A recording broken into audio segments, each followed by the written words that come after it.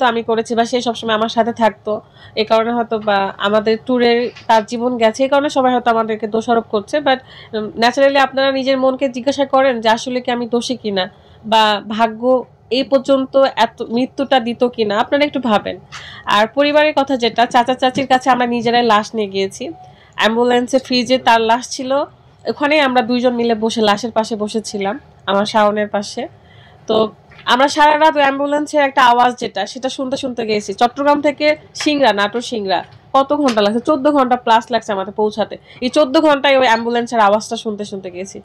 তো আমরা তো তদন্ত পরে করছি, আগে আমার ভাইকে বাঁচানোর জন্য আমরা মেডিকেলে গিয়েছি। পরে আমার ভাই দেখছি যে সোহাগ হচ্ছে হাঁটতে পারতেছে না, নড়তে পারছে না, কানে শুনতে পায় না। সোহাগ কিন্তু ওর বাইকের পিছনে ছিল, কিন্তু ওর একটা জায়গাতেও কাটা ছেঁড়া কিচ্ছু হয়নি, ব্যথা পাইছে, বাট এমন ব্যথা পাইছে যে কানের পর্দা ফেটে গেছে। ডাক্তার এখন চিকিৎসাধীন অবস্থায় আছে। ও মানে ওর ভিডিও ফুটেজটাও আছে। পরে সোহাগের কাছে শুনি যে আপু ওখানে 4টা সেট যে স্পিড ব্রেকার গুলো, একটা পার করে আর একটাতে যে কন্ট্রোল করতে পারে নাই, ওখানে কোনো দাগও দেওয়া ছিল না। আমরা ওইটাতে উষ্টা খাইছি, প্রত্যেকটা বাইকার ওখানে উষ্টা খাইছি আমরা, অল্পতেও গেলেও আমরা উষ্টা খাইছি। যাই হোক, তো ওইটাতে কন্ট্রোল করতে না পেরে নাকি ও রাস্তার ধারে বাইকটা চলে যাচ্ছিল, যাওয়ার পরে ওই যে থাকে না অ্যালার্ট দেওয়া থাকে যে সাবধান সামনে, এরকম ওই লোহার সাথে ফার্স্টে বাড়ি খাই। আর হেলমেটটা, আমাদের বিলমলার হেলমেট তো পুরো ভেঙে চুরে শেষ, ওইটাতে নাকি হেলমেট খুলে গেছে ওই এক বাড়িতে, তারপরে গাছের সাথে বাড়ি খাইছে শাওনের হচ্ছে মাথা, তো বাড়ি খেয়েও নিচে পড়ে গেছে।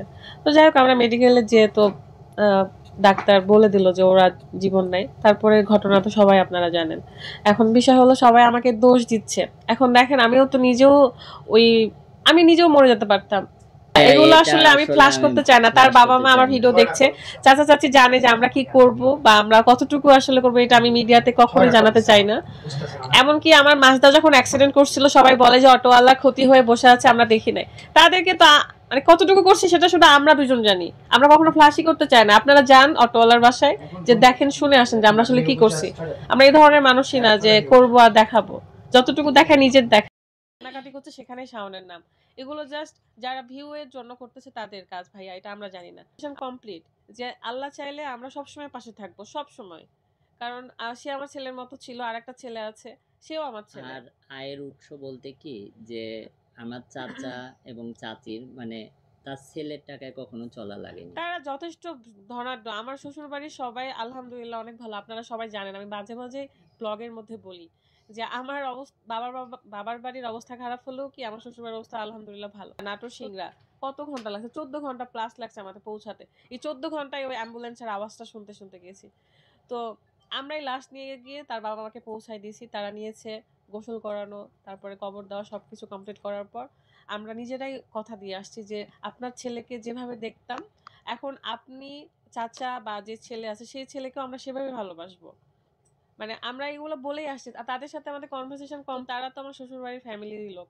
তো তাদের ছেলের টাকায় চলতে হয়নি, কিন্তু আমরা নিজেদের মনের দিকে তাকিয়ে বা বিবেকের দিকে তাকিয়ে যতটুকু করার করবো ইনশাল্লাহ। ভালোবাসতাম, সে আমাদেরকে অনেক ভালোবাসছে, টেক কেয়ার করছে, আমরাও তাকে টেক কেয়ার করছি। তার স্বপ্নগুলো পূরণ করার ইচ্ছা করেছিলাম, করার তাকে স্বপ্ন দেখাইছিলাম যে তোমার সব ইচ্ছা পূরণ করবো, বাকি যেগুলো ইচ্ছা ছিল।